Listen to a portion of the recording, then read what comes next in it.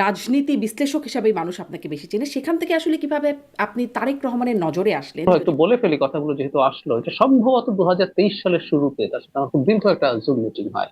আর কেউ কেউ 2071 সাল পর্যন্ত আওয়ামী লীগ ক্ষমতায় থাকবে এসব বলছিল। সেই সময়গুলোতে আমি খুব সারপ্রাইজড হয়ে দেখি যে তিনি প্রত্যেকটা মিনিস্ট্রি নিয়ে তার নিজস্ব পরিকল্পনা আছে। ডক্টর ইউনূস নিজে বলেছিলেন মন খুলে সমালোচনা করতে, কিন্তু সমালোচনা করতে গিয়ে দেখেছি সাংবাদিকরা গ্রেপ্তার হয়েছেন। মঞ্জুরুল আলম পান্না, আনিস আলমগীর তারা গ্রেপ্তার হয়েছিলেন ওই সময়। এখন কি আসলে আমার ব্যক্তিগত অবস্থানের কথা বলতে পারি, তাদের বিরুদ্ধে যখন মামলা হয়েছে, একেবারে হরে ধরে সব হত্যা মামলা হয়েছে, আমি তখন ওইটার প্রতিবাদ করি। এই আওয়ামী লীগের এই যে অবৈধ ক্ষমতায় থাকা, শেষে যে ম্যাসাকার তারা করেছে, তার পেছনে তারা সম্মতি উৎপাদন করেছেন, সেটাকে আমরা এখন ক্রিমিনালাইজ অন্য কোনো ভাবে করতে পারি না। আইন বানিয়ে তো সুতরাং করা যায় এই না, রেট্রোস্পেক্টিভ ইফেক্ট তো আবার দিতে পারবেন না আইনের, তাই না? রেট্রোস্পেক্টিভ এফেক্ট দেওয়ার নজির আমাদের দেশে আছে। স্বাধীনতা দিবসে 9 জন গ্রেপ্তার হয়েছেন সন্ত্রাস বিরোধী আইনে। 25 জন আইনজীবী সুনামগঞ্জে তাদের নামে মামলা করা হয়েছে। তারা জয় বাংলা স্লোগান দিয়েছে। স্লোগানটা আওয়ামী লীগ স্লোগান হিসাবে খুবই বহুল ব্যবহার করেছে। সুতরাং এটাকে আপনি যদি ইন্টারপ্রেট করেন যে এটা কোন ফর্মে আওয়ামী লীগের তার কর্মসূচি বা তার যে রাজনৈতিক কর্মকাণ্ডের উপর নিষেধাজ্ঞা আছে, সেটা ভাঙার চেষ্টা। গত সোমবার গভীর রাতে গ্রেপ্তার হলেন মাসুদ উদ্দিন চৌধুরী, লেফটেন্যান্ট জেনারেল, তিনি সাবেক নবম ডিভিশনের জিওসি। হাই কমিশনার ছিলেন অস্ট্রেলিয়া, এবং আওয়ামী লীগ আসার পর কয়েক দফা সেটা বাড়ানো হয়েছে। এমপি হয়েছেন, সংসদে শেখ হাসিনার মুখোমুখি থেকেছেন। শেখ হাসিনা কি 1-11-র বিরুদ্ধে দারুণ বিষোদ্গার করতেন না? শেখ হাসিনা কি বলতেন না যে তাকে বিষ দিয়ে মেরে ফেলার চেষ্টা করা হয়েছে? তো সরাসরি কেন সেই জন্যই গ্রেপ্তার করা হচ্ছে না বা সেই অভিযোগটাই তোলা হচ্ছে না? কুশীলব বের হতে হতে ডক্টর ইউনূস পর্যন্ত কি যাবার সম্ভাবনা? এখনো বিভিন্ন জায়গায় যে দলীয় নিয়োগগুলো হচ্ছে, বিশ্ববিদ্যালয়ের ভিসি থেকে শুরু করে বাংলাদেশ ব্যাংকের গভর্নর, এই ডিপ স্টেটের কি কোনো প্রজেক্ট, মানে যেহেতু অভিযোগ আছে এবং আপনিও এটা নিয়ে কথা বলেছেন ডক্টর খলিল যখন পররাষ্ট্রমন্ত্রী হলো। আমি এখন সরকারের অংশ হয়েও এই কথা বলছি যে এই প্রশ্ন করা স্বাভাবিক না, এবং এই জবাবটা আমি আসলে পারি। তবে আমি একটা জিনিস অন্তত নিশ্চিত ভাবে বলতে পারি, তিনি খুব দক্ষ একজন মানুষ। একসময় মাহমুদুর রহমান মান্নার দল নাগরিক ঐক্য করা রাজনীতি বিশ্লেষক ডাক্তার জাহিদুর রহমান কিভাবে হলেন প্রধানমন্ত্রী তারেক রহমানের উপদেষ্টা? একই সাথে তথ্য ও সম্প্রচার মন্ত্রণালয় এবং সংস্কৃতি মন্ত্রণালয়ের উপদেষ্টার দায়িত্বও পেয়েছেন তিনি। অন্তর্বর্তী সরকারের সময় ডক্টর ইউনূসের মন খুলে সমালোচনা করার আশ্বাসে আশ্বস্ত হয়ে বিপাকে পড়েছেন সাংবাদিকরা। এখনো কি কথা বলতে হবে ভয়ে ভয়ে, পাছে মামলা হয়ে যায় সন্ত্রাস বিরোধী আইনে? আওয়ামী লীগ সরকারের সময় তাদের করা এই সন্ত্রাস বিরোধী আইনের তীব্র সমালোচনা করেছে বিএনপি এবং সুশীল সমাজ, কিন্তু ক্ষমতায় গিয়ে অন্তর্বর্তী সরকার এই আইনের ব্যাপক প্রয়োগ করেছে, যেটি চলছে বর্তমান বিএনপি সরকারের সময়ও। এটি কি এভাবে চলতেই থাকবে? অন্যদিকে গভীর রাতে ভিন্ন ভিন্ন মামলায় গ্রেপ্তার করা 1-11-র কুশীলবদের রিমান্ডে নিয়ে জিজ্ঞাসাবাদ চলছে, বের করা হচ্ছে আরও কারা ছিলেন এর সাথে। এই প্রক্রিয়ায় কি ফেঁসে যেতে পারেন 1-11-র আলোচিত ব্যক্তি ডক্টর ইউনূসও? আওয়ামী লীগের রাজনীতির উপর ইউনূস সরকারের দেয়া নিষেধাজ্ঞা নিয়ে কখনো সমালোচনা, কখনো সাধুবাদ জানিয়েছে বিএনপি। সরকার গঠনের পর এখন আওয়ামী লীগের রাজনীতি নিয়ে কি হবে বিএনপি সরকারের অবস্থান, এছাড়াও অনেক গুরুত্বপূর্ণ বিষয় নিয়ে খোলামেলা আলোচনা। আজকের অতিথি প্রধানমন্ত্রী তারেক রহমানের উপদেষ্টা ডাক্তার জাহিদুর। আমার কাছে কয়েকটা বিষয়ে জানবো। শুরুতে একটু গুরুত্বপূর্ণ বিষয়গুলোতে যাবার আগে আপনার কাছে এই বিষয়গুলো জানতে চাই যে ধরেন আপনি আগে রাজনীতি করতেন নাগরিক ঐক্য মাহমুদুর রহমান মান্নার সাথে, তারপরে সেটি ছেড়ে দিলেন, ছেড়ে দিয়ে অন্তর্বর্তী সরকারেরও নির্বাচন সংস্কার কমিশনের, নির্বাচন ব্যবস্থা সংস্কার কমিশনের আপনি সদস্য হয়েছিলেন। আপনি রাজনীতি বিশ্লেষক হিসাবেই মানুষ আপনাকে বেশি চেনে। সেখান থেকে আসলে কিভাবে আপনি তারেক রহমানের নজরে আসলেন, যদি বলি যে এরকম গুরুত্বপূর্ণ তার উপদেষ্টা হলেন এবং আরও দুটো মন্ত্রণালয়ের উপদেষ্টা হলেন, কিভাবে আসলে এই যাত্রা, উপদেষ্টা হওয়ার যাত্রাটা কিভাবে হলো? ধন্যবাদ আপনাকে। আজ তাহলে একটু ব্যাকগ্রাউন্ড বলার সুযোগ হলো। আর জনাব তারেক রহমানের সাথে আমার যোগাযোগ কয়েক বছর আগে থেকেই। এটা খুবই ইনফর্মালি ছিল। আমি যখন থেকে রাজনীতি বিশ্লেষণ করি, আমি যখন আমার নিজের ইউটিউব চ্যানেল শুরু করি, তখন শুরুর দিকে কখনো কখনো তিনি তার দলের কাউকে দিয়ে আমার যা যা করছি সেটার ব্যাপারে তার উৎসাহ এবং আগ্রহের কথা জানাতেন। পরে একটা পর্যায়ে তার সাথে আমার সরাসরি যোগাযোগ শুরু হয়, তিনি আমার সাথে যোগাযোগ করেছিলেন, তার সাথে আমার দীর্ঘ জুম মিটিং হয়েছিল। তিনি তার প্রতি আমার আগ্রহ, একটু বলে ফেলি কথাগুলো যেহেতু আসলো, এটা সম্ভবত 2023 সালের শুরুতে তার সাথে আমার খুব দীর্ঘ একটা জুম মিটিং হয়, খুবই দীর্ঘ। তখন অনেক আলাপ হতে হতে একটা পর্যায়ে আমরা প্রত্যেকটা, তখন শেখ হাসিনা ক্ষমতায়, এবং অনেকে মনে করছে শেখ হাসিনা 2041 সাল পর্যন্ত, আর কেউ কেউ 2071 সাল পর্যন্ত আওয়ামী লীগ ক্ষমতায় থাকবে এসব বলছিল। সেই সময়গুলোতে তিনি আমি খুব সারপ্রাইজড হয়ে দেখি যে তিনি প্রত্যেকটা মিনিস্ট্রি নিয়ে তার নিজস্ব পরিকল্পনা আছে। আজকে যেমন উনি অনেকগুলো আইডিয়ার কথা আমরা শুনি, উনি কোন মন্ত্রণালয়ে কি করতে চান, আমি দেখি যে সেগুলো তখনই তার এই কাজগুলো করার আছে। তো আমার সেই প্রথম তার প্রতি খুবই আগ্রহ তৈরি হওয়া, এবং পরবর্তীতে মাঝে মাঝেই কখনো কখনো তিনি আমার সাথে যোগাযোগ করেছেন, ফোন করেছেন, ওনার সাথে জুম মিটিং হয়েছে আমার পার্সোনালি। উনি বিভিন্ন ক্ষেত্রে উনি আমার মতামত জানতে চাইতেন, এবং আমার মতামত দেওয়ার জন্য তিনি আমাকে সবসময় এনকারেজ করেছেন যদি আমি কোনো কিছুতে কোনো প্রয়োজন বোধ করি। এবং যে ডেমোক্রেসির যে লড়াই, সেই লড়াইটা আমরা যাতে একসাথে করতে পারি সে ধরনের আলাপ, এইভাবেই যোগাযোগটা ছিল। হুম। পরবর্তীতে দেশে আসার পর তার সাথে আমার খুব অল্প সময়ের মধ্যেই তিনি আমাকে ডাকেন, দেখা হয়, বসে আমরা দীর্ঘ সময় কথাবার্তা বলি। এবং তখনও তার দিক থেকে এই ধরনের একটা ইঙ্গিত ছিল, আমরা যদি কাজ করতে চাই সেটা এক ধরনের চিন্তা তার মধ্যে ছিল যে একসাথে কাজ করা যাইতে পারে যদি আমরা তার দল যদি সরকার গঠন করতে পারে। এবং ফাইনালি নির্বাচনের পর সেটা হলো, এবং কথা বলতে বলতে একটা সময় আসলে এই ডিসিশনটা হয়। তো আমরা পরিচয়টা লম্বা সময়েরই ছিল আসলে, হুম। কিন্তু এটা হয়তো অতটা প্রকাশিত ছিল না, সেই কারণে অনেকের কাছে হয়তো আচ্ছা। একটু সারপ্রাইজিং আচ্ছা, মনে হয় তার যে মানে হঠাৎ করে আপনার এটা কাছে কিভাবে হলো। সারপ্রাইজিং ছিল না, মানে এই পদটা, গুরুত্বপূর্ণ জায়গায় যাওয়াটা আপনার কাছে সারপ্রাইজিং ছিল না? খুব সারপ্রাইজিং ছিল না, কারণ হচ্ছে এই ধরনের কিছু কথা আমাদের আগেও হুম। হয়েছে। জি। আগেও হয়েছে। যদি দল ক্ষমতায় আসে তাহলে আমরা একসাথে কাজ করব, এই ধরনের কিছু বার্তা, কিছু এই যে আপনি কথা তার বলছিলেন দিক যে থেকে কিছু ছিল। পরামর্শ নেওয়া বা আপনাকে এনকারেজ করা পরামর্শ দেবার জন্য, ধরেন আমরা তারেক রহমান যখন ফিরলেন তারপর থেকে তাকে আমরা খুব, মানে অনেকেই বলছেন তিনি একজন পরিবর্তিত মানুষ, তাকে খুব সাধারণভাবে তিনি চলাফেরা করছেন, খুব বিনয়ী একজন মানুষ, স্বল্পভাষী এরভাবে তাকে দেখা যাচ্ছে। তিনি কিছু কিছু বিষয়ে নজর কাটছেন, মানে খুব ছোট ছোট বিষয়ে, সকালবেলা 9টার সময় অফিসে ঢুকছেন, শনিবারে অফিস করছেন, সরকারি গাড়ি নিচ্ছেন না, এই যে ছোট ছোট ছোট বিষয়গুলোতে, মানে এই বিষয়গুলো থেকে আপনি বা আপনারা পরামর্শ দিচ্ছেন, মানে কোনো উপদেশ পরামর্শের জায়গা না, আছে? না, এগুলো একেবারেই না। ইনফ্যাক্ট এই ধরনের, মানে আমরা অনেকে বলছি যে হুম। তার অনেক পরিবর্তন হয়েছে ইত্যাদি ইত্যাদি। মানে পরিবর্তন হয়েছে বলতে তার আগের কোন একটা জায়গার সাথে কেউ তুলনা করছেন। হুম। আমি ঠিক নিশ্চিত নই 2001-06 সময় বা তারও আগে তিনি যখন লাইমলাইটে ছিলেন সে সময় পরিস্থিতি কেমন ছিল, আমাদের যথেষ্ট পরিমাণ ডেটা হাতে নেই আমরা উনি কিভাবে কি করতেন। কিন্তু আমি তার সাথে যখন থেকে আমার যোগাযোগ হয়েছে, আমি তখন থেকেই দেখেছি উনি আসলে একেবারেই ভিন্নভাবে চিন্তা করেন এমন একজন মানুষ। মানে আমাদের অনেকের তুলনায়, মানে আমাদের অনেকের যে পারসেপশন তার সম্পর্কে তৈরি করা হয়েছে, আমাদের একটা কথা মনে রাখতে হবে শারমিন, পলিটিক্সে তো প্রচুর ন্যারেটিভ তৈরি হয়, প্রচুর পারসেপশন তৈরি হয়। পলিটিক্স কিন্তু সবসময় ফ্যাক্টের না, হুম। পলিটিক্স অনেক সময় পারসেপশনেরও।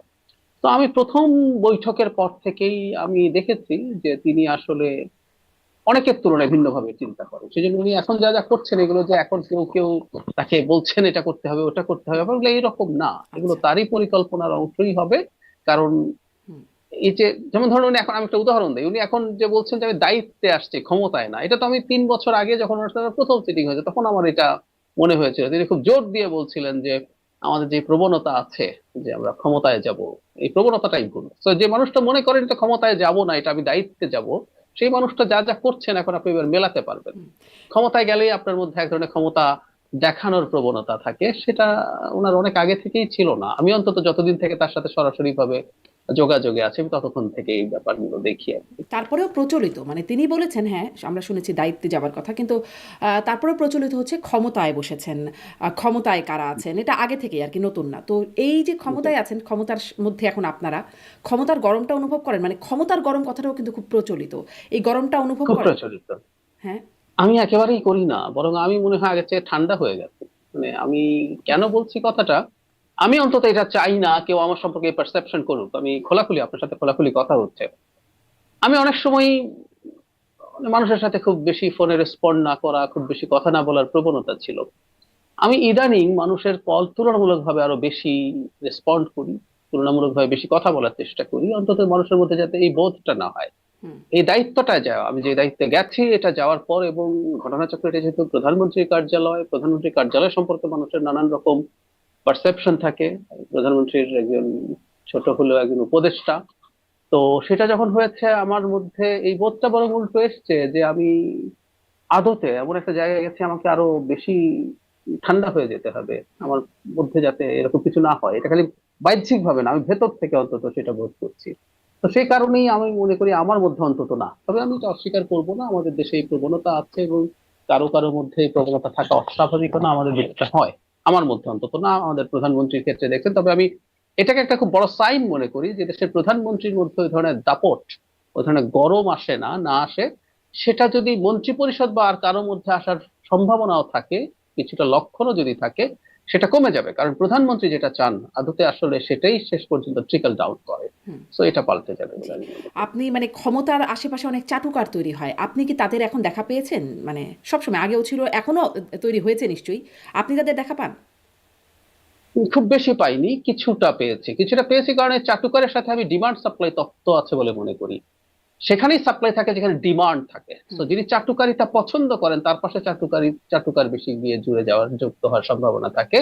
যেহেতু আমার দিক থেকে ডিমান্ড নেই চাটুকারিতার, আমার কাছে এসে কেউ এটা এটা বলবে আমি খুব খুশি হয়ে যাব। যেহেতু এই ডিমান্ড আমার কাছে এসে, আমার কাছে সাপ্লাই অতটা নেই। তারপর এই দেশের একটা প্রবণতা আছে, সেই প্রবণতা হিসেবে যখন আসে, আস্তে আস্তে আমার আচরণে বুঝে যায় আমি সেই মানুষ নই যার কাছে আসলে এগুলো করতে হবে। সে কারণে আমি আসলে খুব দেখি। আচ্ছা, এই যে মানে তারেক রহমানের পলিসি স্ট্র্যাটেজি বিষয়ক উপদেষ্টা, মানে কি কাজ আপনার, কি উপদেশ দেন? বা আরো দুটো মন্ত্রণালয়ের উপদেষ্টার কাজ আসলে কি? উপদেষ্টার কাজ পরামর্শ দেয়া। ওই দুটো মন্ত্রণালয়ের কথা আগে বলি। ইনফ্যাক্ট আমি একটা মন্ত্রণালয়ে কাজ শুরু করেছি, আর সেটা হচ্ছে তথ্য এবং সম্প্রচার মন্ত্রণালয়। সংস্কৃতি মন্ত্রণালয় এখনো কাজ শুরু করিনি। তো যে ওখানে যেটা হয়েছে, আমার ওরিয়েন্টেশনের পর থেকে আমি মন্ত্রণালয়ের কিছু গুরুত্বপূর্ণ কাজে আমি অলরেডি ইনভলভ হতে শুরু করেছি। এটা মন্ত্রী মহোদয় তিনি যেভাবে চাইছেন। তার বাইরেও আসলে আমারও চয়েস আছে, আমি ব্যক্তিগতভাবে যেটা করব। আমি তো কোনো এক্সিকিউটিভ পাওয়ারের কেউ নই, ওখানকার এক্সিকিউটিভ কোনো পাওয়ার আমার নেই। হুম। তো আমি প্রধানমন্ত্রীর একজন প্রতিনিধি হিসেবে ওই দুটো মন্ত্রণালয়ের কিছু জিনিস ওভারসি করবো। আমি প্রধানমন্ত্রীর সাথে আলোচনা সাপেক্ষে কিছু প্রায়োরিটি সেট করছি। আমি তথ্য মন্ত্রণালয়ও করছি, আমি সংস্কৃতি মন্ত্রণালয় নিয়ে আমার কিছু পরিকল্পনা আছে যে কোন কোন জায়গায় আমি আমার প্রায়োরিটি রাখবো। তো এই দুই মন্ত্রণালয়ে আমি কিছু প্রায়োরিটি সেট করে সেইগুলোতে আমি ইনভলভ হয়ে কাজ করার চেষ্টা করব। সেটা হলো সেখানে পরামর্শমূলক। পলিসি এন্ড স্ট্র্যাটেজির ক্ষেত্রে যেটা হয়েছে, ইনফ্যাক্ট একটু খানিকটা ওপেন এন্ডেড। এখানে আমি আসলে নিজে ডিসাইড করতে পারবো আমি কি কি কাজ করব। এটা বিভিন্ন মন্ত্রণালয়ের সাথে, অন্যান্য মন্ত্রণালয়ের সাথে রিলেটেড হতে পারে। তো সেটা একটা হচ্ছে এরকম কিছু করে আমি প্রধানমন্ত্রীকে সেটা উপস্থাপন করা। শুধু উপস্থাপন করা না, কিছু কিছু এক্সিকিউশনের ক্ষেত্রে আমি কাজ করব, এরকম প্রাথমিকভাবে শুরু হয়েছে। আমি অলরেডি অন্য দু একটা মন্ত্রণালয়ের সাথেও রিলেটেড কিছু কাজ প্রধানমন্ত্রীর অনুমতি পাচ্ছি। আমি যেটা করি, আমি কি কি করতে চাই এই ধরনের একটা প্ল্যান করছি, করে তার সাথে কথা বলছি, তিনি সেটা অ্যাপ্রুভ করলে সংশ্লিষ্ট মন্ত্রণালয়ের সাথে ওটা নিয়ে কাজ করতে শুরু করবো, এরকম আচ্ছা, এই যে মোটামুটি প্রাথমিকভাবে চেষ্টা। আপনি এই যে কাজ করছেন, গুরুত্বপূর্ণ কাজ আপনি করছেন, মানে আপনার পরিকল্পনা প্রায়োরিটি বিষয় ছোট্ট করে একটু জানবো। তবে এই কাজের মধ্যে কোনো তদবির বা লবিং কি আপনার কাছে আসছে? এটি খুব আমরা জানি যে আসলে মানে তদবির এবং লবিং একটা বড় বাণিজ্যর মতোই হয়ে যায়। আসছে এখন পর্যন্ত? আসছে, আসছে। এখন বাংলাদেশের একটা প্রবলেম কি, আমি আগেও খেয়াল করেছি, আমি এই দায়িত্বে আসার আগেও, বাংলাদেশে বৈধ বা জেনুইন কাজটার জন্য তদবির প্রয়োজন হয়। বাংলাদেশের সবচেয়ে দুর্ভাগ্যের জায়গা হচ্ছে এটা। অবৈধ কাজের জন্য না, একদম একটা বৈধ কাজ, কারো কোনো একটা বৈধ কাজ আটকে আছে, এটা ঠিকঠাক আছে সবকিছু, তার কাছে সব ডকুমেন্ট আছে, তারপরে কাজটা হয়নি। এই ধরনের প্রচুর মানুষজন আমার কাছে, আমি ধারণা করি পারসেপশন, আমার কাছে অবৈধ কিছু নিয়ে এখন পর্যন্ত আমি কাউকে পাইনি যিনি এসছেন। হয়তো এক ধরনের পারসেপশন আছে যে ওনার কাছে অবৈধ জিনিস নিয়ে গিয়ে কাজ হবে না, কিন্তু বৈধ অনেক জিনিস নিয়ে তদবির করার রিকোয়েস্ট আমার কাছে এর মধ্যে এসছেই। হ্যাঁ, জি। এটা মানে নিশ্চয়ই মানে আপনাদের কাছে বাংলাদেশে এটা এড়ানোই হয় না। এই প্রত্যাশাটা থাকবে যে তদবির যেন করার প্রয়োজনীয়তাই না হয়, সেই ব্যবস্থা আপনারা করবেন। একটু একদম, বলবেন একদম, যে ওই যে একদম। জি। পরিকল্পনা প্রায়োরিটির কথা বলছিলেন, তথ্য মন্ত্রণালয় ইতিমধ্যে কাজ শুরু করেছেন, বাকিগুলো নিয়েও করবেন। কি মানে কি পরিকল্পনা প্রায়োরিটির কথা বলছেন বা শুরু করেছেন? আমি এখনো আসলে আর এগুলো নিয়ে বিস্তারিত কথা বলতে চাই না, কারণ এগুলো আমরা যখন এক্সিকিউট করতে, কিছু কিছু জিনিস কাজ প্রাথমিকভাবে শুরু করেছি। এটা যখন ফাইনালি ভিজিবল হবে, কারণ আমি শেষ পর্যন্ত এই কাজগুলো সামনে আনতে পারবো কিনা সেটা দেখা যাবে, সেটা যখন হবে তখন এটা ভিজিবল হবে, এবং যখন আসবে তখন আমি এগুলো নিয়ে একটু বিস্তারিত কথা বলবো। নিশ্চয়ই অপেক্ষা এটা করব সেটার জন্য। যেহেতু মানে তথ্য মন্ত্রণালয়টা সরাসরি সাংবাদিকতা গণমাধ্যমের সাথে সম্পর্কিত, ফলে আমরা ডক্টর ইউনূস বা অন্তর্বর্তী সরকারের সময় শুনেছিলাম ডক্টর ইউনূস নিজে বলেছিলেন মন খুলে সমালোচনা করতে, কিন্তু সমালোচনা করতে গিয়ে দেখেছি সাংবাদিকরা গ্রেপ্তার হয়েছেন। মঞ্জুরুল আলম পান্না, আনিস আলমগীর তারা গ্রেপ্তার হয়েছিলেন ওই সময়। এখন কি আসলে আপনি যেহেতু সেই মন্ত্রণালয়ে একজন গুরুত্বপূর্ণ জায়গায় আছেন, মন খুলে সমালোচনা করা যাবে, মন খুলে কথা বলা যাবে, নাকি সন্ত্রাস বিরোধী আইনের ভয়ে একটু মানে রেখে ঢেকে বলার প্রয়োজনীয়তা আছে? আমি মনে করি এবং আমি বিশ্বাস করি মন খুলে কথা বলা যাবে। এবং আমি এভাবে বরং বলি, আমি আমার পজিশনকে সরিয়ে রেখে বলি, যদি কারো মনে হয় কোথাও কোনো সমস্যা আছে, যদি মনেও হয়, তারপরও মন খুলে কথা বলতে হবে। মানে একটা জিনিস খুব ইম্পর্টেন্ট, ডেমোক্রেসিকে যদি আমরা ঠিকঠাক রাখতে চাই, একটা ডেমোক্রেটিক সরকারের সময় যদি কারো মনে কোনো রকম কোনো শঙ্কাও থাকে যে আমার কি হতে পারে, তারপরে কথা বলে যেতে হবে। একটা জিনিস যারা সাংবাদিকরা কথা বলবেন তাদের মনে রাখতে হবে, এটা কিন্তু একটা নিশ্চিত পার্থক্য আছে শারমিন, সেটা হলো একটা অথরিটারিয়ান রেজিম আর একটা গণতান্ত্রিক সরকারের মধ্যে বেসিক জায়গায় ডিফারেন্স হচ্ছে সমালোচনা হতে থাকলে কোনোদিন একটা গণতান্ত্রিক সরকার যেটা গণতান্ত্রিক ভাবে নির্বাচিত হয়েছে এবং আবার গণতান্ত্রিক ভাবে নির্বাচিত হতে চায়, সেই রকম সরকার কখনো চাইলেও আমি খুব সবচেয়ে খারাপটা বলছি, চাইলেও সে সাংবাদিকতা, বা এখন আমরা তো প্রত্যেকে নিজেরাই সিটিজেন জার্নালিস্ট হয়ে গেছি, ব্যক্তিগতভাবে আমরা যেটা করি সেটার বিরুদ্ধে দাঁড়াতে পারবে না। এটা সম্ভব না। আসলে দু চারটা বত্তায় হবে না আমি তা বলছি না, আমাদের সরকার শুদ্ধতম শ্রেষ্ঠতম সরকার এটা হয়ে যাবে আমি তাও বলছি না, দু চারটা জায়গায় ভুল হয়ে যেতে পারে, কিন্তু আমি মনে করি একটা গণতান্ত্রিক সরকার সেটাকে নিজেকে সেটাকে ঠিক করে নেয়, সেটাকে ঠিক করে সামনে এগোতে চায়, এই জিনিসটা নিশ্চিত করবে, এটা আমি একদম কনফিডেন্টলি বলতে চাই। আচ্ছা। আর একটা কথা একটু যোগ করা দরকার, সেটা হচ্ছে তথ্যকে নিয়ে যাতে আমরা এমন না করি, এটা শুনলেই মনে হবে যে এখন আমি এদিকে গেছি বলে এসব আলাপ করছি, তারপর আমি একটা এক্সাম্পল দিয়ে বলছি। তথ্যকে নিয়ে যারা কাজ করে, বিশেষ করে গণমাধ্যম, আমরা বেসিক কিছু দায়িত্বশীলতা আসলে আমাদের দেখাতে হবে। আমরা ইদানিং খেয়াল করছি মানে এক ধরনের ভেস্টেড ইন্টারেস্ট হচ্ছে। ধরুন আমি আপনাকে উদাহরণ দিই, আপনি মিডিয়ার মানুষ, বহুদিন মিডিয়ায় কাজ করছেন, তো আপনি জানেন এগুলো কিভাবে হয়। এমন একটা বাক্য পিক করে একটা ফটো কার্ড তৈরি হলো, এখানে ফটো কার্ড একটা প্রবলেমে দাঁড়িয়ে গেছে, মানুষ ফটো কার্ডে বেশি আর পড়ে না। আপনি হয়তো লিঙ্কে ডিটেল বলছেন, কিন্তু ফটো কার্ডে এমন একটা বাক্য সিলেক্ট করছেন যেটা আসলে মিসকমিউনিকেট করে। কখনো কখনো মানে কোনো কিছু নেই এমন, এটা আমি আমার মেইন স্ট্রিমের কথা বলছি না, জাস্ট একটা ফটো কার্ড দিয়ে ওটার মধ্যে কোনো লোগো নেই, কিছু নেই, মানুষ দিয়ে মানুষ বিশ্বাস করে ফেললো। কখনো কখনো দেখতে মনে হয় এটা ওই চ্যানেল, আসলে এটা ওই চ্যানেল বা ওই পত্রিকাটা, কিছুটা বিকৃত করে একটা মোটামুটি একই লুকের লোগো দিয়ে আপনি অনেক রকম কথা বলছেন। তো এই ঘটনাগুলো তো আছে, এবং আমি সত্যিকার অর্থে আমি ব্যক্তিগতভাবে খুব স্ট্রিক্ট এগুলো নিয়ে। তো তো আমরা সেগুলোর এগুলো নিয়ে বিরুদ্ধে কি পদক্ষেপ আপনাদের কোনো নেব।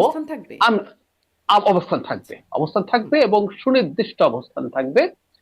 সেটাকে আমি আশা করি এভাবে ইন্টারপ্রিটেড হবে না যে এটা মত প্রকাশের ক্ষেত্রে সমস্যা করছে। স্যাটায়ার হচ্ছে, স্যাটায়ার ফাইন, আমি খুবই পছন্দ করি, আমি এনকারেজ করি। আমাদের প্রধানমন্ত্রী 5 আগস্টের পরে, তখন তিনি প্রধানমন্ত্রী ছিলেন না, তাকে নিয়ে একটা ব্যঙ্গাত্মক কার্টুন নিজে শেয়ার করেছিলেন। কিন্তু স্যাটায়ার এমন হবে না যে মনে হবে যে এটা আসলে ওই পত্রিকা বা ওই টিভি করেছে। কারো যদি স্যাটায়ারের ক্রিয়েটিভিটি থাকে, আপনি আপনার ব্র্যান্ড, আপনার লোগো দিয়ে স্যাটায়ার করুন, সেটা দিয়ে ইলিউশন তৈরি করতে হবে না যেটা ওই টিভি চ্যানেল, এটা ওই পত্রিকা। এটা করে স্যাটায়ার করা আসলে যেটা আমি খুবই অ্যালার্মিং মনে করি। আমি দেখেছি শিক্ষিত সচেতন মানুষ সেগুলো শেয়ার করছে, এবং শেয়ার করে তারা অনেক অবাক হচ্ছে যে এটা প্রধানমন্ত্রী বলেছেন, এটা ওই মন্ত্রী বলেছেন। তো এই জায়গাগুলোতে আমাদের মানে যেন সতর্ক থাকতে হবে বিভ্রান্তিটা তৈরি না হয়, সেটির বিরুদ্ধে আপনার ব্যবস্থা নেবেন। কোনোভাবে। নিশ্চয়ই এটা খুবই জরুরি বিষয়। আহ, এই যে বলছিলাম যে মন খুলে সমালোচনা করতে গিয়ে গ্রেপ্তার অনেকে হয়েছেন অন্তর্বর্তী সরকারের সময়, এই সময় এসে জামিন হয়েছেন, বলছি আনিস আলমগীরের কথা। তাকে আমি আমার এই অনুষ্ঠানে আমি তার সাথে কথা বলেছি, তিনি বলেছেন যে তিনি আসলে কার ইশারায় বা ইঙ্গিতে তিনি গ্রেপ্তার হলেন সেটি যেমন বলেছেন, এবং এই সরকার আসার পরে কিভাবে কার আশীর্বাদে তিনি আসলে জামিন পেলেন সেই বিষয়টিও তিনি বলেছেন সরাসরি, মানে সরকারের আশীর্বাদ, সরাসরি তথ্যমন্ত্রীর আশীর্বাদ ছিল মানে এই জামিন পাবার পেছনে, যেটি আসলে যৌক্তিকভাবেই তার পাবার কথা। তো সেই কিন্তু যাদের কাছে সেই আশীর্বাদটা নাই তাদের জন্য কি হবে? ধরুন আমি বলছি অন্তর্বর্তী সরকারের ক্ষমতায় আসার পরপরই যেই সাংবাদিকরা গ্রেপ্তার হলেন, যারা আওয়ামীপন্থী সাংবাদিক ছিলেন, কিন্তু তারা গ্রেপ্তার হলেন সব হত্যা বা হত্যা চেষ্টা মামলায়, এবং হত্যা মামলায় গ্রেপ্তার হয়ে এখনও পর্যন্ত কারাগারে আছেন, জামিনও হচ্ছে না তাদের। তাদের অনেক কারণ আছে, অসুস্থতা, অনেক বয়স্ক ইত্যাদি অনেক কারণ আছে, কিন্তু সবচেয়ে বড় কারণ ভুয়া মামলায় তারা গ্রেপ্তার আছেন।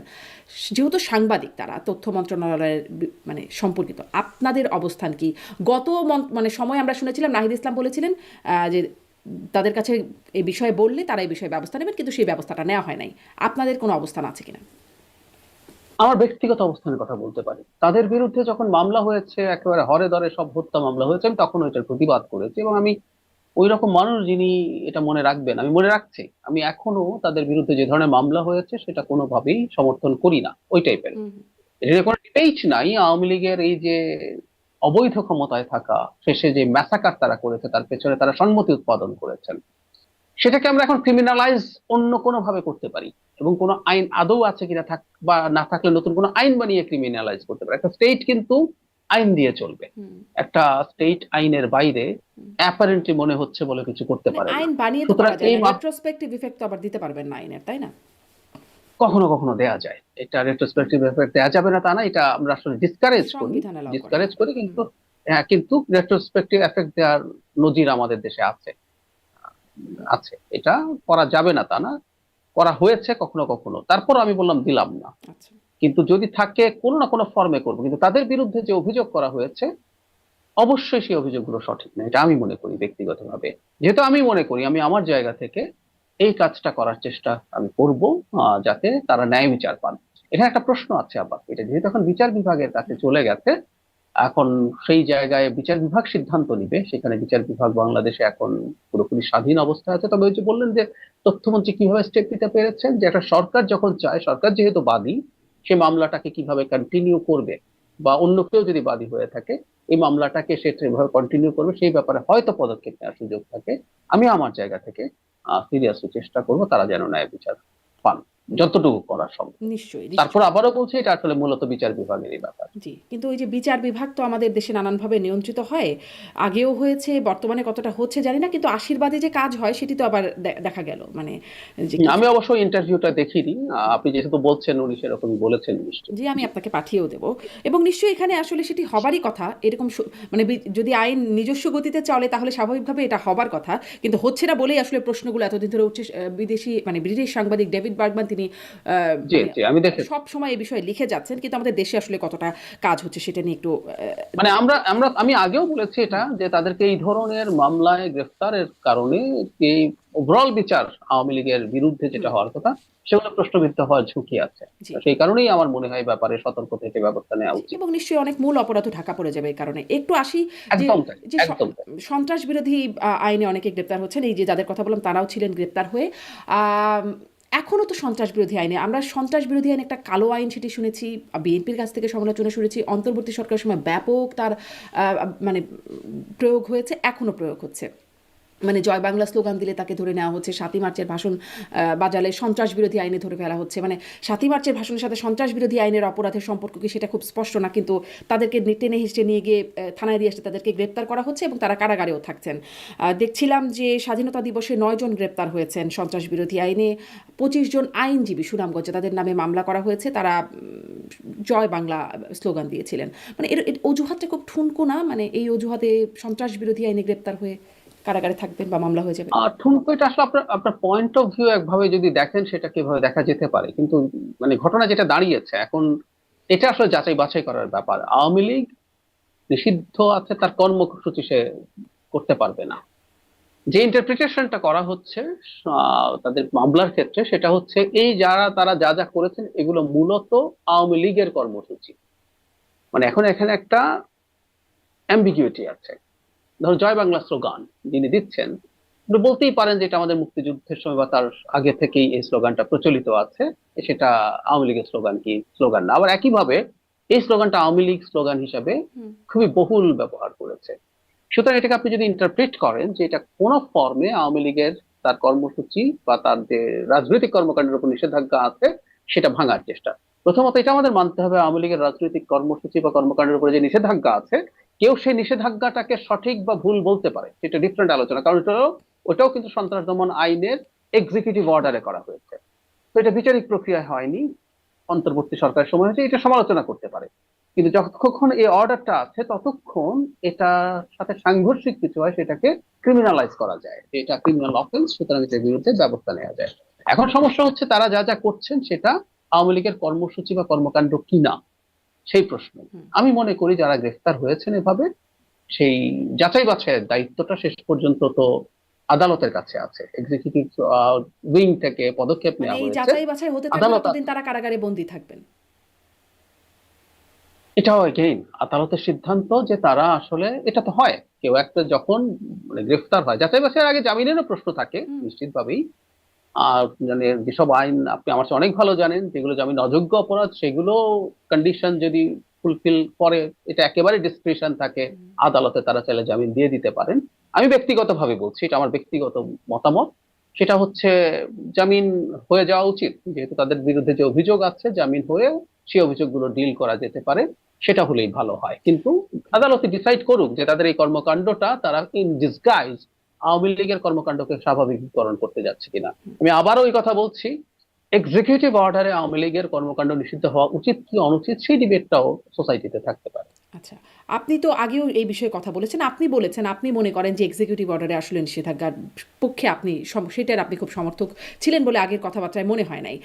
ফলে সেখানে কি এখন কোনো পরিবর্তন, যেহেতু এখন আপনারা আসলে ক্ষমতার মানে গুরুত্বপূর্ণ সিদ্ধান্ত নেবার জায়গায় আছেন, সেখানে কি কোনো পরিবর্তন হবে কিনা? আমি কদিন আগে মহাসচিবের কথা শুনছিলাম, মির্জা ফখরুল ইসলাম আলমগীর, তিনি বলছেন যে মানে লেট পলিটিক্স মুভ, তার কথায় গণতন্ত্রটাকে চলতে দিন, সেখানে কোনো বাধা দিলে সেখানে ডিফর্মড হবার সম্ভাবনা আছে, এরকম কথাবার্তা তিনি বলছেন।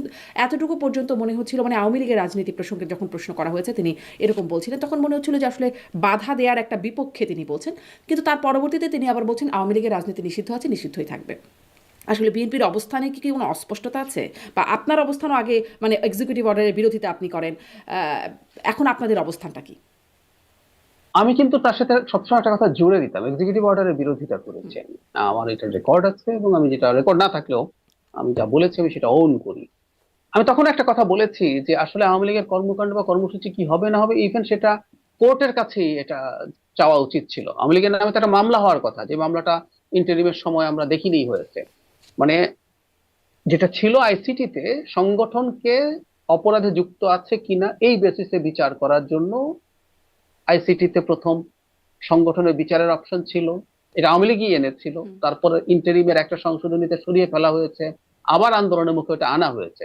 সো আওয়ামী লীগের বিরুদ্ধে মামলা করে একই সাথে আওয়ামী লীগ এই মামলার শেষ হওয়া পর্যন্ত রাষ্ট্রপক্ষ আওয়ামী লীগের এই যে কর্মসূচিগুলো আছে সেগুলো নিষেধাজ্ঞার ব্যাপারে কোর্টের কাছে অ্যাপিল করতে পারতো, কোর্ট ডিসাইড করতো যে তার কর্মসূচি বন্ধ থাকবে কি থাকবে না।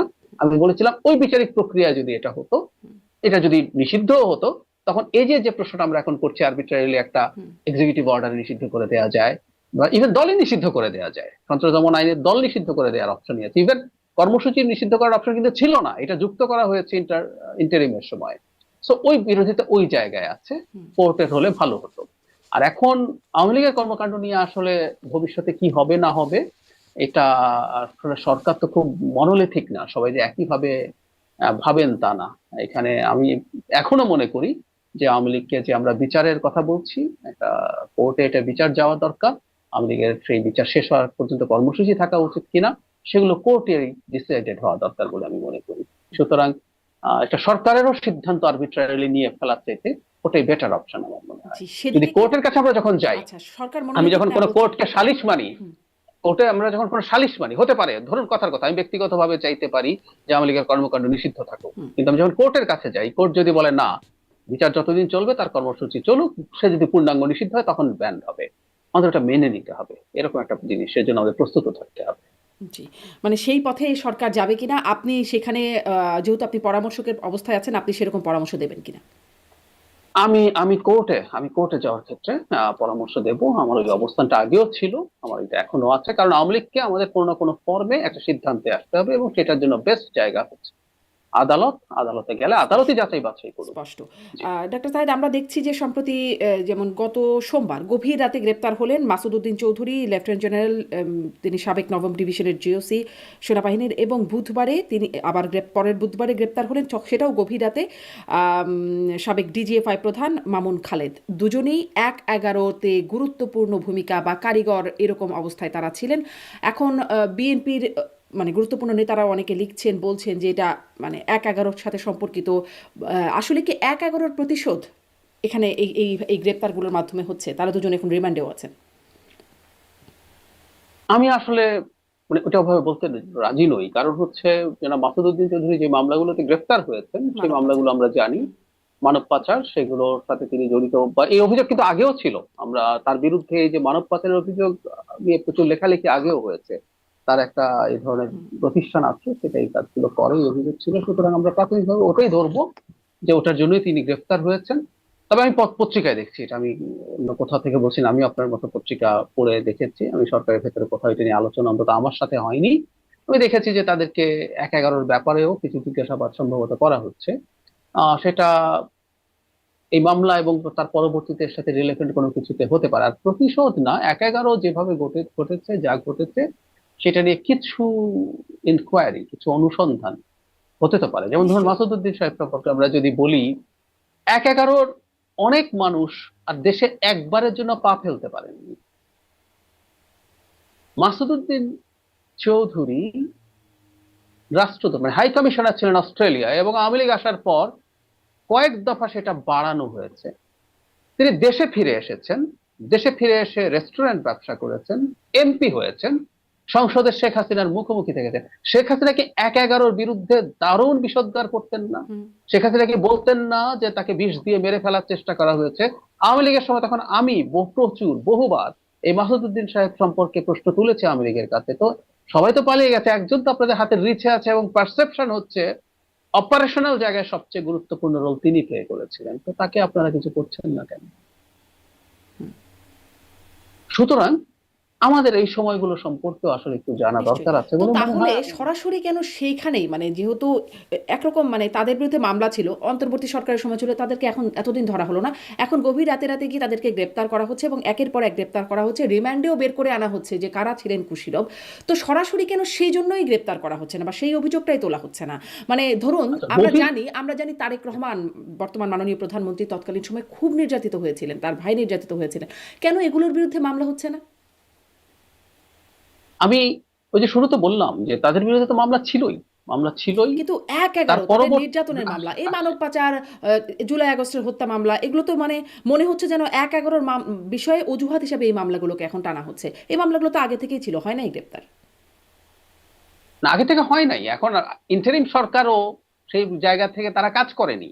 ইন্টারিম সরকারের তো কথা ছিল এই মামলাগুলোর ব্যাপারে স্টেপ নেওয়া, নেয়নি। এই সরকার এসে নিয়েছে, এটাকে আপনি খুব অস্বাভাবিক বলতে পারেন না। আর যে তথ্য আমাদের সামনে মিডিয়াতে আসছে, সেই তথ্যটাও আমি বলছি আমি পত্রিকায় দেখেছি। বাস্তবে সেটা হচ্ছে কিনা আমরা এখনো নিশ্চিত নই, আমরা এখনো নিশ্চিত নই। আমিও বলেছি এই জন্য যে আমি সরকারের কোনো দায়িত্বশীল জায়গা থেকে এই তথ্য পাইনি বা ব্রিফড হইনি যে সত্যিকার অর্থেই তাদেরকে জিজ্ঞাসাবাদ করা হচ্ছে এবং সেই তথ্য আমাদের সামনে আসছে, আমরা এটার ভিত্তিতে কিছু করব। আবারও বলছি, এটা আমি জাস্ট পত্রিকা পড়ে জেনেছি। আর যারা মাসুদুদ্দিন সম্পর্কে যে কথাগুলো বললাম, এগুলো জাস্ট আমার ব্যক্তিগত অপিনিয়ন। মানে এই ক্যারেক্টারটা তো আমাদের সামনে দীর্ঘদিন থেকে ছিলেন, ১/১১-র সাথে রিলেটেড, কারণ এটা নিয়ে প্রচুর কথা বলেছি। সেই প্রেক্ষাপটেই আমি আপনাকে আসলে কথাগুলো বলেছি। এটা আদৌ সেই দিকে যাচ্ছে কিনা, সেই রকম মামলা হবে কিনা, এটা আসলে সময় বলতে পারবে। কিন্তু এই যে ধরুন মাসুদউদ্দিন চৌধুরী বা মানে এই যে আরও যার কথা বললাম খালিদ মামুন, সেই সময় আসলে এই নিয়োগগুলো ছিল বিএনপির সময়ের নিয়োগ। বিএনপির সময় ময়নুল আহমেদের নিয়োগও ছিল, সাবেক সেনাপ্রধানের কথা বলছি, এবং তারা জ্যেষ্ঠতা লঙ্ঘন করে কোথাও কোথাও বা মানে আত্মীয়তার সম্পর্ক, মাসুদউদ্দিন চৌধুরীর ক্ষেত্রেই বলি, আত্মীয়তার সম্পর্ক, মানে বর্তমান প্রধানমন্ত্রীর সাথে একরকম মামা ভাগ্নের সম্পর্ক আছে তার, এই রকম সম্পর্কগুলো ওই সময় মানে সেগুলো গুরুত্ব পেয়েছিল বলে জানি। কিন্তু তারা কেন, মানে আমি আসলে প্রশ্নটা এখানে করতে চাই যে এই যে পছন্দ করে বা দলীয় কিছু বিবেচনায় নিয়োগ দেওয়া, তার যে সুফল হয় নাই সেটা আমরা ১/১১-তে দেখেছি। এখনও বিভিন্ন জায়গায় যে দলীয় নিয়োগগুলো হচ্ছে, বিশ্ববিদ্যালয়ের ভিসি থেকে শুরু করে বাংলাদেশ ব্যাংকের গভর্নর বা প্রশাসন, সেনাবাহিনীতেও রদবদল বিভিন্ন জায়গায় হচ্ছে, এগুলো কি খুব মানে সেই শিক্ষা থেকে কিছু মানে বার্তা আছে এর মধ্যে, নাকি আবারও সেই একই পথে? মানে দলীয় শব্দটা নিয়ে আমার একটু দ্বিমত আছে। দ্বিমত হলো, বিএনপি সরকার গঠন করেছে, বিএনপি তার সাথে অ্যালাইন্ড মানুষজনকে তার বিভিন্ন দায়িত্ব দেবে, এতে আমি কোন রকম কোনো সমস্যা দেখি না। ইভেন ইভেন আমি আমাদের আমেরিকাতে যে ধরনের সিস্টেম কাজ করে, ওখানে তো আমাদের তো একটা ব্যুরোক্রেসি আছে, নিউট্রাল স্থায়ী ব্যুরোক্রেসি, সেরকম তো নাই। ওদের টপ যে সেক্রেটারি আছে নিচের দিকে, কিন্তু দেখবেন ওদের একজন মন্ত্রী, যার আসলে আদতে সেক্রেটারি হচ্ছে তাদের শব্দ, ওখানে কিন্তু প্যারালাল আর একটা সচিবের মতো পদ নেই। ওদের দল বেঁধে সবাই আসবে, তাদের লোকজন সব জায়গায় বসবে, সরকার চালাবে, ভালো না হলে তারা চলে যাবে, এটা নিয়ে সমালোচনা হবে। সো বিএনপি যখন দায়িত্বে আসছে, আমি আরেকটু পেছনে যাই, আমাদের নিশ্চয়ই মনে আছে আমেরিকার মতো দেশে ট্রাম্প যখন আগের দফায় ক্ষমতায় ছিলেন, তখন তিনি সুপ্রিম কোর্টের বিচারক নিয়োগ করা নিয়ে তার দলের সাথে অ্যালাইন্ড। আপনি এখনো আমেরিকার মতো দেশের সুপ্রিম কোর্টে কোন মতাদর্শের আহ বিচারক আছেন সেটা নিয়ে আলাপ হয়, এবং তারা যেহেতু আমৃত্যু থেকে যান, সেটা নিয়ে বিচারে কি হতে পারে না পারে এগুলো নিয়ে আমেরিকান সোসাইটিতে আলোচনা আছে। হুম। সুতরাং বিচার বিভাগের মতো দেশ আমেরিকার ক্ষেত্রে, আমেরিকার মতো দেশে ওই ঘটনাগুলো ঘটে আছে, এটা সারা পৃথিবীতেই থাকে। সো বিএনপি তার মতো তার মতাদর্শের সাথে অ্যালাইন মানুষকে বিভিন্ন গুরুত্বপূর্ণ দায়িত্বে দেয়ারই কথা। আসলে হুম আমরা এই জিনিসটাকে সমস্যা মনে করি না, আমি অন্তত।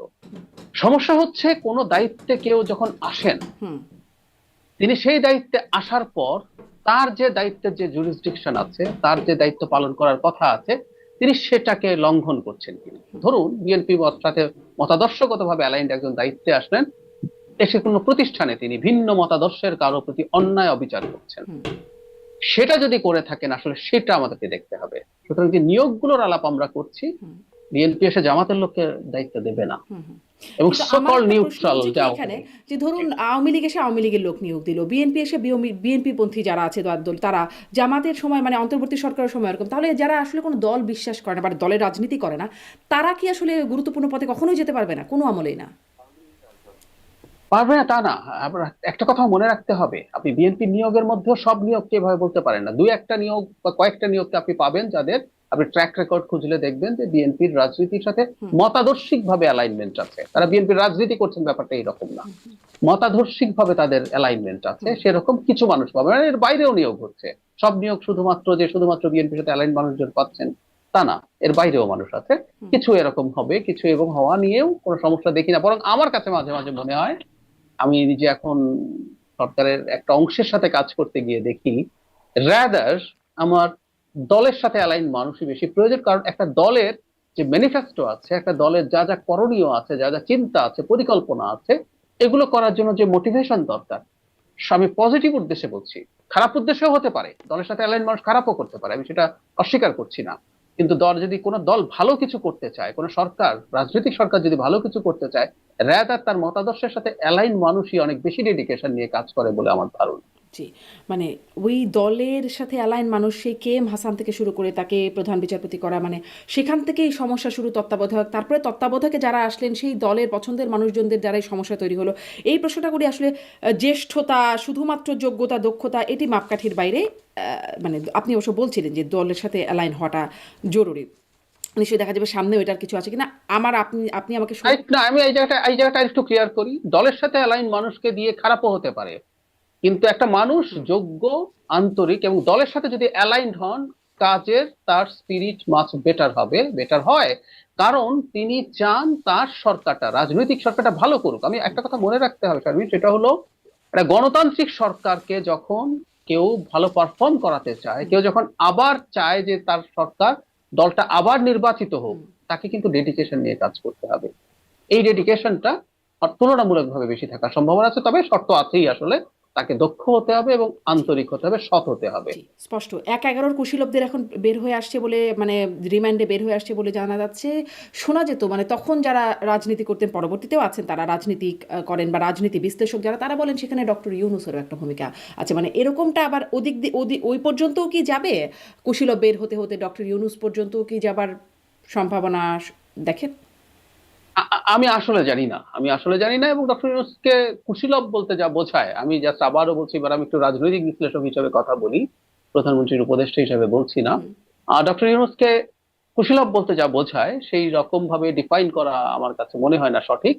তিনি ওই সময় একটা রাজনৈতিক দল করতে গিয়েছিলেন, সেই কারণে হয়তো অনেকে এটার সাথে এক ধরনের তার অ্যালাইনমেন্ট ছিল বলে আলাপ করতে চান। কিন্তু কুশীলব বলতে মূল যে কাজ করেছেন, যা যা করেছেন, আমার কাছে মনে হয় না যে সেটা তখন সেরকম কিছু ডিজিএফআই তিনি। এর স্ক্রিপ্টে যাচাই বাছাই ছাড়া পত্রিকাগুলোতে খবর বের হতো, মাহফুজা নাম এরকম একটা কথা বলে অনেক মামলা শিকার হচ্ছেন, অনেক হয়রানি হয়েছে। প্রায় ১০০-র মতো মামলা হয়েছে তার বিরুদ্ধে ওই আওয়ামী লীগ আমলেই। মানে তাদের পর্যন্তও যেতে পারে, প্রথম আলো, ডেইলি স্টার বা পত্রিকাগুলো পর্যন্তও কি যেতে পারে? আমার কাছে মনে হয় না। এই যে ডেইলি স্টারের কথা যদি বলেন, অন্তত ডেইলি স্টার এই জিনিসটা এগ্রি করেছেন এবং তিনি ভুল করেছেন বলে স্বীকার করেছেন। তার এডিটোরিয়াল হুম মিসজাজমেন্ট এরকম একটা কথা প্রকাশ্যে বলেছেন। সো তাদের ভুলের তাদের এক ধরনের স্বীকৃতি তো আছেই। হুম হুম। আমার মনে হয় না এটা এত দূর কিছু যাবে। এবং মামলাতেও বা কোর্টেও কি হবে জানি না, তবে ১/১১ ওই সময়কার একটা, এটা আমাদের ইতিহাসের অংশ এবং সেই সময়ে প্রাথমিকভাবে অনেকের উচ্ছ্বাস থাকার পরও এই জিনিসটা যে একটা প্রজেক্ট ছিল, একটা পরিকল্পনার অংশ ছিল, যেটার মাধ্যমে বাংলাদেশ যে একটা দীর্ঘস্থায়ী স্বৈরশাসনের মধ্যে ঢুকে পড়লো, সেটার যে একটা stepping stone to some extent ছিল, সেইটা এক ধরনের ফ্যাক্ট ফাইন্ডিং হওয়া দরকার আছে বলে আমি জি, একজন নাগরিক হিসেবে এই মনে ফ্যাক্ট ফাইন্ডিং এর মধ্যে মানে আমার আসলে সময় শেষ, আপনি আমাকে যে সময়টা দিয়েছেন তার সেই সময়টা শেষ। তারপরে একটু একটু শুনতেই হবে আমাকে, যে আসিফ মাহমুদ সম্প্রতি বললেন যে অন্তর্বর্তী সরকার ডিপ স্টেট, মানে এই কৌশলগুলোর মধ্যে তখনও জানি আমরা বিদেশিদের চক্রান্তর কথা তখনও শুনতাম, এখনও এসে শুনছি যে ডিপ স্টেট ছিল অন্তর্বর্তী সরকারকে, তারা বলেছিল 29 সাল মানে শেখ হাসিনার যে বাকি মেয়াদটুকু আছে তার ওই মেয়াদ পর্যন্ত থাকতে রূপরেখাও দিয়েছিল। এবং তারা কারা, প্রথম আলোতে সাক্ষাৎকারে তিনি বলছেন যে বৈদেশিক অনেকগুলো মানে জায়গা আছে, যারা আছে মানে বিদেশি অনেক শক্তি আছে, তারা তাদের অনেকে ছিল, নাম উল্লেখ করছেন না তিনি। মানে এই বিষয়গুলো কি কন্টিনিউই হয়ে গেল অন্তর্বর্তী সরকারের সময়ও সেই ডিপ স্টেট, এবং সেই ডিপ স্টেটের খেলা কি শেষ হলো নাকি এখনও চলছে? কারা সেই ডিপ স্টেট, কী রূপরেখা দিয়েছিল, কি কি প্রস্তাব দিয়েছিল, কি কি ফ্যাসিলিটি নিয়েছিল, এগুলোরও কি তদন্ত হবে নাকি শুধু সেই 11টাই হবে ডাক্তার সাহেদ? আমি মানে তদন্তের আগে অন্তত এই যে জনাব আসিফ মাহমুদ বলছেন, আমরা চাই অন্তত তিনি আরেকটু খোলামেলা ভাবে বলবেন। তার কথা যে সব ভীষণ সত্য বলে ধরে নিতে হবে তার, ইতিহাসের আলাপ যখন হয় আমরা তার ভার্সনটা আগে জানতে চাই। তিনি একটু বলুন আমাদেরকে, তারপর আরো যারা যারা আছেন ওই সরকারে থাকা আরো মানুষজন আছেন তারাও একটু কথা বলুক, করে একেবারে তদন্তের জায়গারও বাইরে আমরা অন্তত চাই ওই সময়টা নিয়ে কথাবার্তা হোক। আমি আপনাকে এটুকু জানিয়ে রাখি, অন্তর্বর্তী সরকারের যে কয়েকজন উপদেষ্টার সাথে আমার যোগাযোগ ছিল আগে থেকে, তাদের সাথে কখনো কখনো যখন দেখা হতো আমি প্রত্যেককে একটা কথা বলতাম, আপনারা একটু লিখুন এই সময়টা নিয়ে, এবং অ্যাটলিস্ট বলতাম যে ফ্যাক্টস গুলো টুকে রাখুন, ভুলে যাবেন, পরে কখনো অন্তত বিস্তারিত লিখবেন 1-2 বছর 3 বছর পর, কারণ এই সময়টা ঠিক কি ঘটেছে হুম আপনার ন্যারেটিভটা, হুম তার ন্যারেটিভ আমাদের বিশ্বাস করতে হবে এমন কোনো কথা নেই, তার ন্যারেটিভটাও যেন থাকে। তো আমি চাই অন্তত এই কথাগুলো বলা হোক। আমি আসিফ মোহাম্মদ সজীব ভাইকে রিকোয়েস্ট করছি তিনি তার এই কথাগুলো বিস্তারিত ভাবে জানাবেন। আপনি বললেন যে ডিপ স্টেটে কারা কি ছিল, ক্লারিফাই করেন, ক্লারিফাই করলে সবচেয়ে ভালো। ইভেন শুধু সেটাও না, যারা নাহিদ ইসলামও এক সময় বলেছিলেন যে তিনি অনেক কিছু জানেন অনেক সম্পর্কে, তো সেটাও তিনি বলতে চান, মানে সরকারের সম্পর্কে বলেছিলেন। তো নাহিদ ইসলাম সেখানে ছিলেন, সবাই তার কথাগুলো বলুক, সেটাই আমাদের জন্য ভালো হবে। হুম। তদন্ত বা এরকম কোন পর্যায়ে যাওয়া আমার মনে হয় না এখন অন্তত সে ধরনের কোনো সিদ্ধান্ত তার মানে সরকারের না আছে। বললে আমরা আর জানতে পারবো না আসলে ডিপ স্টেটে কারা ছিল, বা ভবিষ্যতে হয়তো এরকম মানি লন্ডারিং বা এরকম কোনো মামলা হলে সেগুলোর মাধ্যমে জানতে হবে যে আসলে এর মধ্যেও কে কে ছিল বা আদৌ ছিল কিনা। এখানে একটা ব্যাপার আছে, ধরুন ডিপ স্টেট কিছু একটা চেয়েছে, সেটা করে ফেলতে পারা আর করে ফেলতে না পারার মধ্যে একটু ভিন্নতা আছে। ধরুন কেউ চেয়েছে, ধরুন, কিন্তু সেটা ফাইনাল হয় নাই, 29 পর্যন্ত সরকার থাকেনি। শেষ পর্যন্ত ডক্টর ইউনূস সরকার, তিনি তার কথা নির্বাচনের ব্যাপারে তার অনেক কিছুতে ব্যর্থতা আছে, কিন্তু ডক্টর ইউনূসের এই সাফল্য আমাদের মানতে হবে, তিনি নির্বাচন নিয়ে যখন যেভাবে কথা বলেছেন সেই জায়গা থেকে আসলে এক বিন্দুও সরে আসেনি। তবে এই সরকারের যে একটা অংশ বা কারো কারো নির্বাচনটাকে পিছিয়ে ফেলা, ডিপ স্টেট না শুধু, এই সরকারেরই একটা পার্ট আছে বলে এক ধরনের পারসেপশন হুম সমাজেই আছে, এবং ইনফর্মড পারসেপশন, এটা যে একেবারে ওয়াইল্ড গেস কেউ করছে তা না। এই সরকার 5 বছর থাকতে হবে তবে আলাপ প্রকাশ্যে করার চেষ্টা হয়েছে, এবং কেউ করলে সেটাকে খুবই এনকারেজ করা হয়েছে, এই ঘটনাগুলো ঘটেছে।